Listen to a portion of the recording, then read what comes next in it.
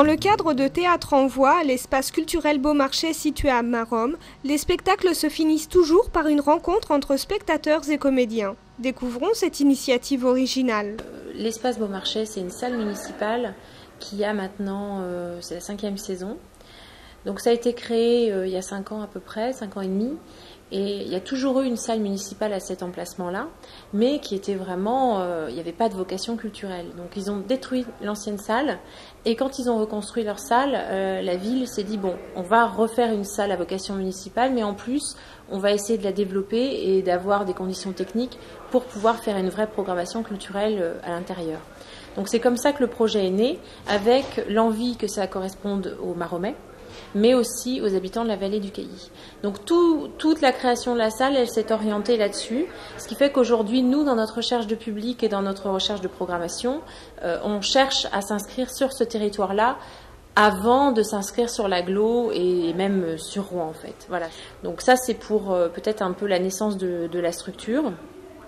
Donc c'est une structure qui a à la fois un pôle culturel avec une programmation jeune public et tout public. Il y a environ 9 spectacles pour enfants dans la saison, donc là on accueil familial, et puis il y a une 15 ou 14 spectacles tout public, qui s'orientent majoritairement, c'est du concert, il y a aussi du théâtre, et puis de temps à autre on a de la danse, on peut avoir des choses un petit peu variées, mais le gros c'est quand même plutôt de la musique, plutôt de la chanson française. Voilà, on est plus sur cet axe-là. Ça, c'est toute la partie culturelle. Et comme je disais que c'est une salle municipale, on a aussi des lotos, des repas de personnes âgées, on a du thé dansant, etc., etc. La salle est louée le week-end. Elle sert au CE pour les arbres de Noël, etc. Donc, c'est vraiment, au niveau du planning, on est entre la salle de spectacle et la salle à vocation municipale. Théâtre en voix, comment expliquer? On a toujours eu du théâtre. Ça, toujours 3 rendez-vous théâtre dans la saison. Depuis que je travaille ici, c'est-à-dire depuis le début, il y a toujours eu cette volonté d'avoir du théâtre dans la programmation, de ne pas être simplement musique, chansons, etc. Mais on les avait étalés dans la saison et voilà, il y avait 3 rendez-vous théâtre, les gens venaient, ils repartaient, bon. Et en fait, il y a eu 2 choses par rapport à Théâtre en Voix. On a voulu lier les 3 rendez-vous de théâtre sur une même dynamique pour donner plus de cohérence, pour que les gens qui aiment le théâtre éventuellement prennent un pass, nous rejoignent plus régulièrement déjà en termes de fréquentation sur les 3 théâtres. Et puis on a voulu se dire aussi, suite à une pièce que j'avais vue avec le directeur, parce qu'on voit souvent les choses ensemble et on en discute après, on avait vu une pièce qui était très belle en éclairage, très belle au niveau du son, le jeu des comédiens était bon aussi, mais le texte n'était pas fort et du coup il n'y avait pas tellement de propos. Et on s'est dit, c'est dommage parce que le théâtre c'est d'abord des choses à dire et il y a d'abord un message. Et si on essayait de mettre en place une dynamique qui puisse souligner ce message-là. Donc on a eu ça aussi dans notre petite tête quand on a créé Théâtre en Voix. L'idée que les gens arrivent à discuter après le spectacle et de mettre vraiment du sens là où il devrait y en avoir. La pièce contient souvent une thématique générale, que cette thématique après le spectacle, elle est discutée avec le comédien, avec des associations, des intervenants que nous on contacte, et qu'on se retrouve dans le hall pour discuter ensemble et échanger. L'idée de ça, c'est vraiment que ce soit quelque chose d'agréable et pas, comment expliquer, c'est pas un débat, c'est pas quelque chose de frontal où les gens sont en face d'intervenants et où il y aurait des prises de parole très régulées, etc. C'est pour ça qu'on ne le fait pas dans la salle, pour pas que les gens restent assis et puis qu'il y ait cette chose, c'est une salle où les gens sont un peu bloqués. Donc c'est pour ça on sort et parle qui veut.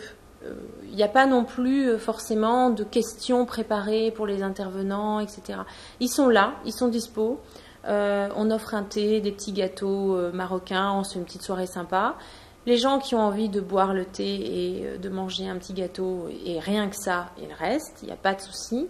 Ceux qui ont envie de rencontrer et d'aller plus loin, il y a une possibilité aussi. Mais tout ça dans quelque chose de chaleureux et de convivial.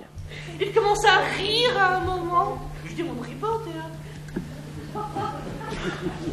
On ne rit pas comme... Ça veut dire qu'il y a des manières très fortes. Ce sont les gens qui n'ont pas l'habitude d'aller au théâtre. Et en sortant de la pièce, je lui ai demandé « Alors Nabil, comment tu as trouvé ça ?» Il m'a dit « J'ai faim. » Nabil, tu rentres chez toi, tu souhaites rester pour l'anniversaire de Jean-Luc, mais avec plaisir. On va simplement rajouter une assiette. Et toi, qu'est-ce que tu as fait ce week-end? Moi? Ce week-end? Ah bon, t'es à la Carrefour. Avec mon père et mon frère. Mais qui c'est qui t'a fait ça, hein? On est le diable. Mais papa, c'est la grand-mère de Jean-Luc qui m'a fait un cadeau. Tu te fais payer les cadeaux?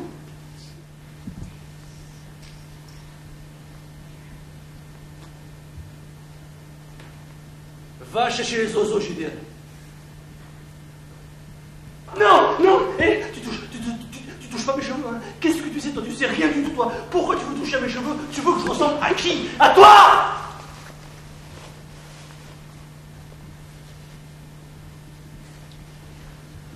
Tu plaisantes, j'espère. Et d'ailleurs, depuis bien longtemps, je m'appelle plus Nabil.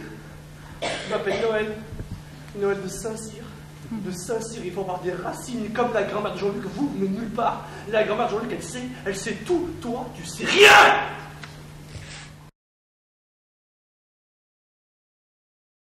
Moi, ce que moi, ça m'apporte, c'est énorme, parce que ça m'apporte dans le sens où je me rends compte surtout de l'impact que le spectacle a sur le public, que les gens ont tous, plus ou moins, en fait, les mêmes questions, s'interrogent tous par rapport à c'est pareil, la quête d'identité, ça concerne tout le monde. Qu'est-ce que c'est l'identité? C'est aussi l'appartenance, mais à une classe sociale. C'est pas forcément être d'origine maghrébine ou africaine ou peu importe. C'est aussi être d'origine prolo, être d'origine bourgeoise ou aristo. Et c'est des choses.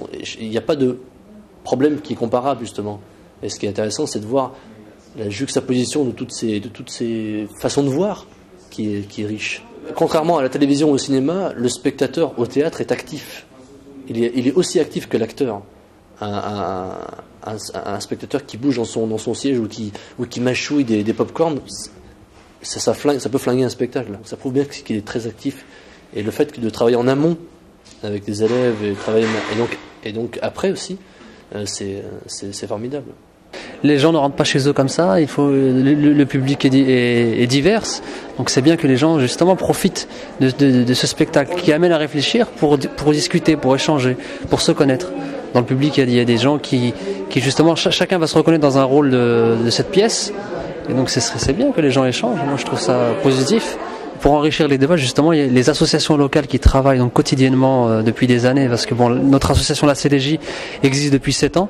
Donc, sur ces questions-là d'identité, ces questions d'éducation, de connaître son histoire, de cette jeunesse qui parfois est en mal de repères et a besoin de retrouver un équilibre et des racines et aussi a besoin d'être reconnu, donc a besoin que l'autre cherche à la connaître, qu'il y ait des échanges. Et donc c'est riche de cette expérience. Je trouve que c'est intéressant de nous avoir invités, à la fois pour nous et à la fois pour les gens qui seront là, d'échanger, de connaître, de se faire connaître et de connaître aussi le point de vue des gens.